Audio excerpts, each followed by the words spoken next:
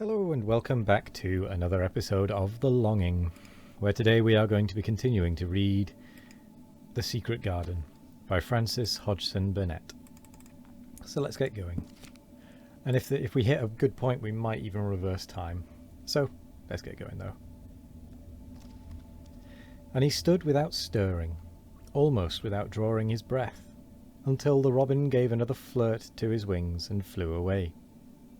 Then he stood looking at the handle of the spade as if there might be magic on it, and then he began to dig again and said nothing for several minutes. But because he kept breaking into a slow grin now and then, Mary was not afraid to talk to him. "Have you a garden of your own?" she asked. "No. I'm Bachelder. I don't know what that word is. I'm Bachelder and lodge with Martin at Gate." "If you had one," said Mary, "what would you plant?" "Cabbages and taters and onions." "But if you wanted to make a flower garden," persisted Mary, "what would you plant?" "Bulbs and sweet-smelling things, but mostly roses." Mary's face lighted up. "Do you like roses?" she said. Ben Weatherstaff rooted up a weed and threw it aside before he answered. "Well, yes, I do. I was learned that by a young lady I was gardener to. She had a lot in a place she was fond of, and she loved 'em like they was children, or robins. I've seen her bend over and kiss 'em."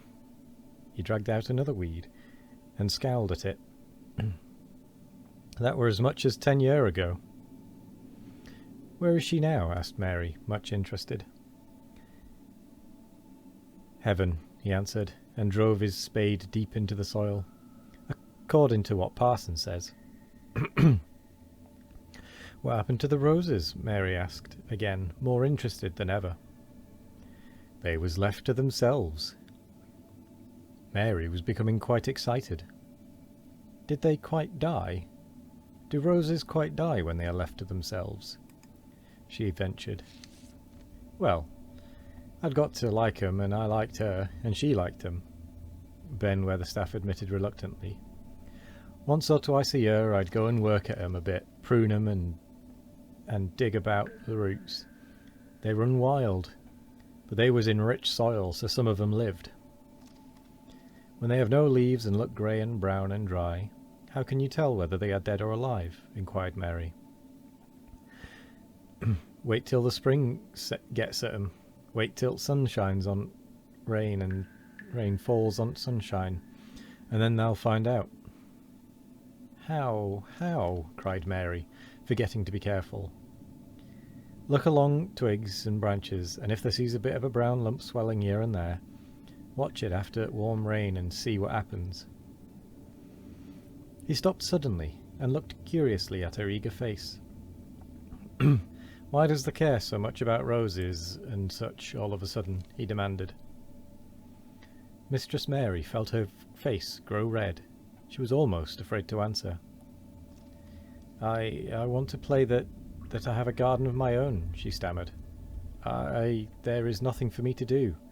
I have nothing and no one." "Well," said Ben Weatherstaff slowly, as he watched her, "that's true, there hasn't." He said it in such an odd way that Mary wondered if he was actually a little sorry for her. She had never felt sorry for herself. She had only ever felt tired and cross, because she disliked people and things so much. But now the world seemed to be changing and getting nicer. If no one found out about the secret garden, she should enjoy herself always. She stayed with him for 10 or 15 minutes longer and asked him as many questions as she dared. He answered every one of them in his queer, grunting way, and he did not seem really cross, and did not pick up his spade and leave her. He said something about roses just as she was going away, and it reminded her of the ones he had said he had been fond of. "Do you go and see those other roses now?" she asked. "Not been this year. My rheumatics has made me too stiff in joints." He said it in his grumbling voice, And then quite suddenly he seemed to get angry with her, though she did not see why he should. "Now, look here," he said sharply. "Don't they ask too many questions? That the worst wench for asking questions I've ever come across. Get thee gone and play thee. I've done talking for today." And he said it so crossly that she knew that there was not the least use in staying another minute. She went skipping slowly down the outside walk, thinking him over and saying to herself that, queer as it was, here was another person whom she liked in spite of his crossness. She liked old Ben Weatherstaff. Yes, she did like him. She always wanted to try to make him talk to her. Also, she began to believe that he knew everything in the world about flowers. There was a laurel-hedged walk which curved round the secret garden and ended at a gate which opened into a wood. Opened into a wood in the park. She thought she would slip round this walk and look into the wood and see if there were any rabbits hopping about. She enjoyed the skipping very much, and when she reached the little gate, she opened it and went through, because she heard a low, peculiar whistling sound, and wanted to find out what it was. It was a very strange thing indeed.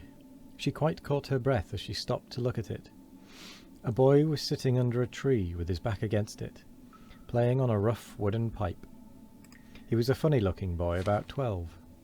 He looked very clean, and his nose turned up, and his cheeks were as red as poppies, and never had Mistress Mary seen such round and such blue eyes in any boy's face.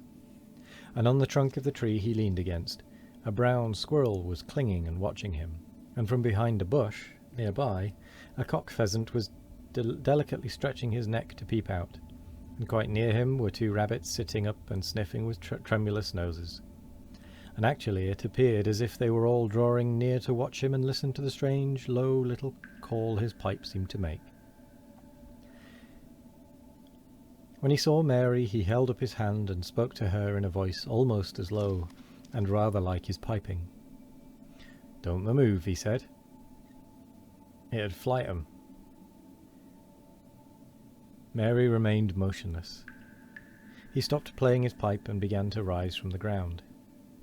He moved so slowly that it scarcely seemed as though he were moving at all, but at last he stood on his feet, and then the squirrel scampered back up into the branches of his tree, the pheasant withdrew his head, and the rabbits dropped on all fours and began to hop away, though not at all as if they were frightened. "I'm Dickon," the boy said. "I know that, Miss Mary." Then Mary realised that somehow she had known at first that he was Dickon. Who else could have been charming rabbits and pheasants, as the natives charm snakes in India? He had a wide, red, curving mouth, and his smile spread all over his face.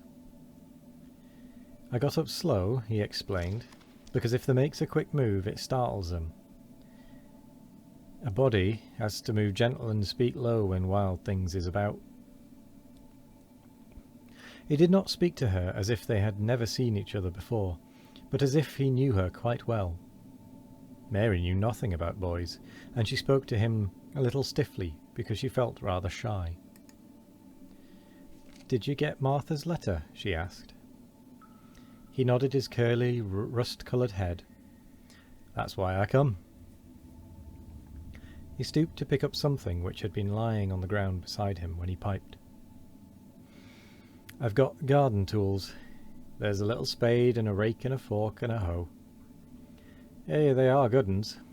There's a trowel too, and woman in shop threw in a packet of white poppy, and won a blue larkspur when I bought t'other seeds." "Will you show the seeds to me?" Mary said.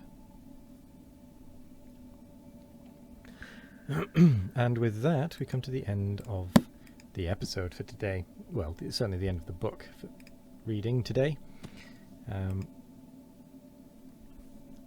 Still a little ways in, not quite the right timing to get some time reversal done, but never mind. We will have to do that at some point regardless. We are very much running out of time on that front. But for now, I will say thank you very much for joining me today. I hope you all have a wonderful morning, evening, afternoon or night. No matter what time of day it is, I hope you all have a wonderful one of it. And as always, we will be back tomorrow for more of The Longing. Goodbye.